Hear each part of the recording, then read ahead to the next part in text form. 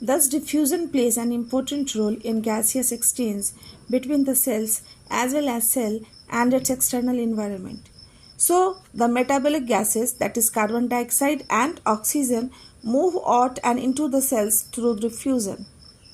The cells and the carbon dioxide inside the cell diffuses out of the cell, and the oxygen from the external environment diffuses inside the cell. Water also obeys the laws of diffusion. The movement of water molecules through such a selectively permeable membrane is called osmosis. So we have a second passive transport, and that is osmosis. So osmosis is the net diffusion of water across a selectively permeable membrane towards a higher solute concentration. For example, we can say that the plants absorb water. This is also an example of osmosis.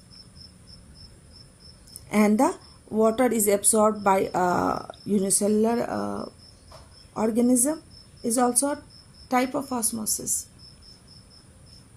So it is the entry of water into a cell.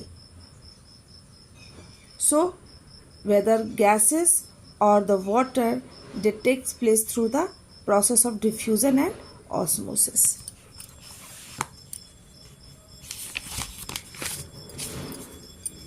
The movement of water across the plasma membrane is also affected by amount of substance dissolved in water.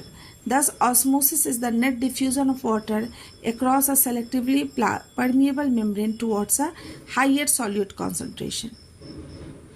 So, in the case of water, what we have said that here the solute will work. The water will always move towards a higher solute concentration, from a lower solute concentration to a higher solute concentration. So osmosis is the movement of water and diffusion is the movement of gaseous substances. So these two processes helps us in the movement of substances from the outside environment to the inside of the cell. What will happen if we put an animal cell or a plant cell into a solution of sugar or salt in water? Now we have some examples so that we can see the nature of substances, what happens when we put the cell in the type of solution.